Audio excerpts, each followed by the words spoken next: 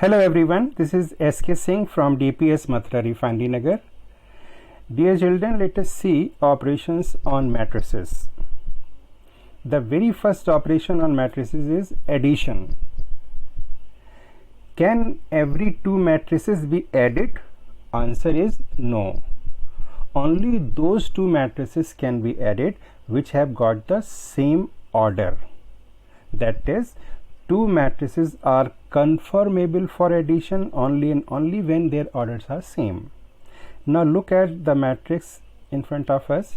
Here factory at A and factory at B, their boys and girls two matrices are given to you. Can these two matrices be added?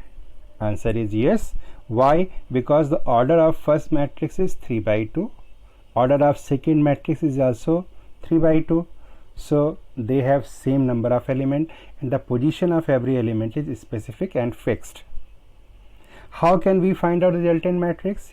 By adding the corresponding element. What is the A11 element in the first matrix? 80. What is the A11 element in the second matrix? 90. So these A11 element of both the matrices can be added. 80 plus 90 will become 170. In the same way, A12 and A12 in both the case 60 and 50 is 110. In this way, by adding the corresponding element, we can find out the addition of two matrices, and here the matrix is like this, 80 plus 90 and so on. Our next point is multiplication of a matrix by a scalar. That is, any matrix A is there, is multiplied by a scalar K. So how can we multiply a matrix by a scalar? Each and every element of matrix get multiplied by that scalar. Let us see the example. Suppose here any matrix A is given to you. It is a 3 by 3 matrix and we are interested to find out the value of 3A. Means the matrix A is multiplied with 3. And how can we obtain the result? Each and every element of matrix A get multiplied by 3. You can say 3 is multiplied with the A11, it is 9. A12, it is 1 into 3 is 3. So each and every element get multiplied by 3 and we'll get the scalar multiplication of a matrix. What is the negative of a matrix? Negative of a matrix can be obtained by multiplying the matrix by -1. We know that -1 is a scalar when it is multiplied with a matrix. So each and every element of matrix A get multiplied by -1, and thus the sign of every element of matrix A gets reversed. Positive elements will become negative and negative element become positive. So let us look at my example this. Here A is 31 minus 5x. We are interested to find out the value of minus A. So it is multiplied by -1. So -1 get multiplied with each element. So -1, 3 is -3, -1 and -1, -1. In this way we can obtain the matrices. How can we obtain the difference of matrix? We know that difference of matrix is nothing but the addition of matrices with the reverse of the second matrix. For example, we are interested to find out the value of D equal to A minus B. So A minus B is nothing, A plus -1 into B. So B is multiplied with -1 and then added with A, will get the A minus B. So this is the way of finding the difference of two matrices. Now here in this question we are having fusion of two concepts. First concept, two matrices A and B is given to you.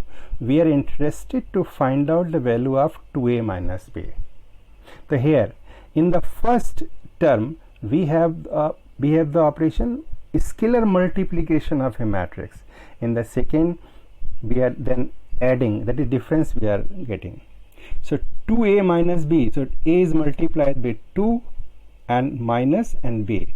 Here in case of minus B, -1 is multiplied with the second matrix and we'll get the addition. So 2 is multiplying with the first matrix, we have 2 1 is 2, 2 2 is 4, 2 3 is 6, 2 2 is 4 and so on, plus every sign of the second matrix get reversed, and now these two matrices are of the same order. That is, its order is 2 by 3, its order is also 2 by 3. So when they are added, the corresponding elements added, and we can obtain the resultant matrix. So you can see 2 minus 3 is minus 1, and such resultant matrix can be obtained. Now look at the properties of matrix addition. It obeys commutativity, associativity. Commutativity means A plus B equal to B plus A. Associativity, A plus B plus C equal to A plus B plus C. But here, point to be noted, it can be done only and only when all the three matrices are of same order. It cannot be done for any three matrices. Now next is existence of additive identity. If we add a null matrix with any matrix, we'll get the given matrix. That is, A plus O equal to O plus A equal to A. So O is nothing but it is the identity matrix. So in corresponding to any matrix, there exists an identity matrix, and that matrix is null matrix, in which all the elements of this matrix is 0. So when A plus O equal to O plus A equal to A, so null matrix O is the identity matrix, additive identity.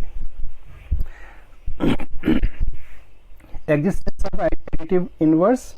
For any matrix A, there exists a corresponding matrix minus A, such that A plus minus A equal to O, null matrix. So minus A is the additive inverse of any given matrix. So thus the four properties of addition of matrix is there. Number 1, commutativity. Number 2, associativity. Number 3, existence of identity element, that is null matrix. And number 4, additive inverse. Now look at the properties of scalar multiplication of a matrix. We know that when a scalar number is multiplied with a matrix, each element of matrix get multiplied by that scalar. So the first property, if a scalar k is multiplied by addition of two matrix, then a k is multiplied to the first as well as to the second. In the same way, A is multiplied by k plus L, we have ka plus La, ka plus b, and so on. Now look at some of the questions based on it. Before proceeding to this, we would like to discuss a very important operation on matrices, multiplication of matrix. So can any two matrices be multiplied? Answer is no. Can any two matrices be added? Answer is no. Which matrices can be multiplied? Which are conformable for multiplication. And when two matrices are said to be conformable of multiplication, suppose two matrices A and B are there, when they are said to be conformable for addition, multiplication. Suppose if I say two matrices are with us, first matrix is A and second matrix is B. If I say can be obtain A dot B, answer is yes, if number of column of the first matrix must be equal to number of row of the second matrix. Then and only then these two matrices can be multiplied, otherwise they cannot. We'll see this in detail in the fourth coming chapter. Look at the one very important property. Can commutativity holds good over the multiplication of two matrices? Answer is no. AB may exist, but BA may not exist. So it is commutativity does not hold good over the multiplication of two matrices. Now look at the multiplication of two matrices A and B in example number 13. Look at A. What is the order of matrix A? Answer is 2 by 3. How? Because it has 2 rows and 3 columns. What is the order of matrix B? It is 3 row and 2 columns, so order is 3 by 2. If I say can AB be obtained? So AB is possible only and only when number of column of A equal to number of row of B. Here number of column of A, that is 3, must be equal to number of row of B. So they are equal, therefore these two can be multiplied. And what is the order of resultant matrix? The order of resultant matrix is this one. You can see the last, the 2 by 2. This is the, what is the order of AB? Order of AB is 2 by 2. Now if I say, is BA possible here? So what is the order of B? Order of B is 3 by 2. What is the order of A? Order of A is 2 by 3. So you can see number of column of the first equal to number of row of the second.